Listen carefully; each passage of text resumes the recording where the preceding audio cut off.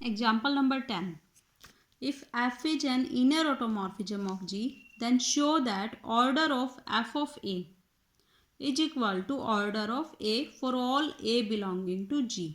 हमें सबसे पहले ये वाला पार्ट प्रूव करना है. हम 9th एग्जाम्पल में ये पार्ट प्रूव कर चुके थे. When order of A was finite. Finite के केस में हम ये प्रूव कर चुके थे.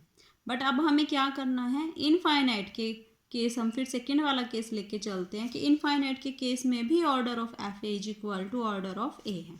सो हमने सपोज कर लिया, हम केस 1 हम प्रूव कर चुके हैं. जब ऑर्डर ऑफ ए क्या था, फाइनाइट था, उस केस में हमने ये वाला रिजल्ट प्रूव कर दिया.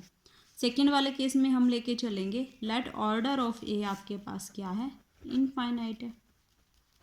इसका ऑर्डर इनफाइनाइट है तो इसका ऑर्डर भी इनफाइनाइट होना चाहिए कि हमें ये प्रूव करना है. बट हम अपोजिट लेके चलते हैं. हम सपोज कर लेते हैं let order of F of A is finite. इसका ऑर्डर फाइनाइट है और सपोज कर लिया कि ये क्या है, ऑर्डर एन है. अगर ये वाला ऑर्डर एन है तो आप इसकी nth पावर लोगे, रिजल्ट आपके पास आइडेंटिटी आना चाहिए. ये वाली पावर आपके पास इक्वल आएगी ए रेज टू पावर एन के. पिछले वाले एग्जाम्पल में हमने किया था कि ये कैसे इसकी इक्वल आती है, ये आइडेंटिटी के इक्वल आना चाहिए. अब order of F of A raise to power N identity के इक्वल है. बट आइडेंटिटी किस चीज़ की इमेज हो सकती है, ओनली आइडेंटिटी एलिमेंट की इमेज ही आइडेंटिटी होनी चाहिए क्योंकि एफ आपके पास इनर ऑटोमॉर्फिज्म है, अ काइंड ऑफ ऑटोमॉर्फिज्म ही है.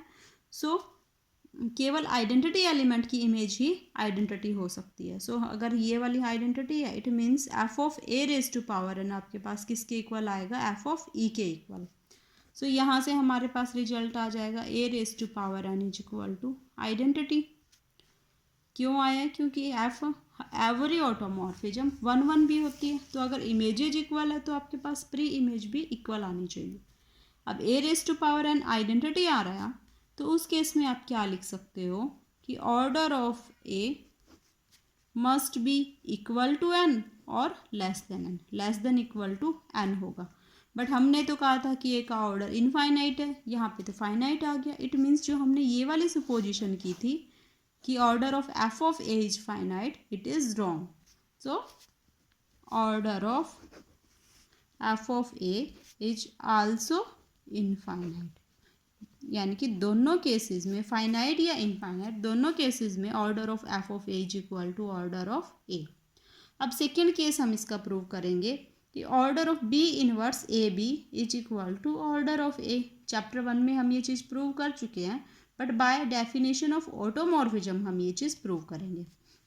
नाउ हमें ये पता है कि इनर ऑटोमॉर्फिज्म की डेफिनेशन के अकॉर्डिंग मैं ये वाले लिख सकती हूँ कि बी एलिमेंट हम फिक्स कर देते, ए आर्बिट्रेरी एलिमेंट एज्यूम करते, तो टी बी ऑफ ए आपके पास क्या आएगा, B inverse A B for every element A and B of group G. ये वाली वैल्यू आ गई. अब हमने यहाँ पे क्या लिया है, टी बी क्या है, it is an inner automorphism according to definition. So order of inner automorphism must be equal to order of any element.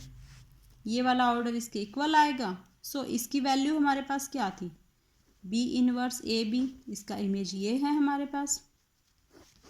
सो इसका ऑर्डर एंड ए का ऑर्डर आपके पास क्या आ जाएगा, सेम आ जाएगा. Thank you.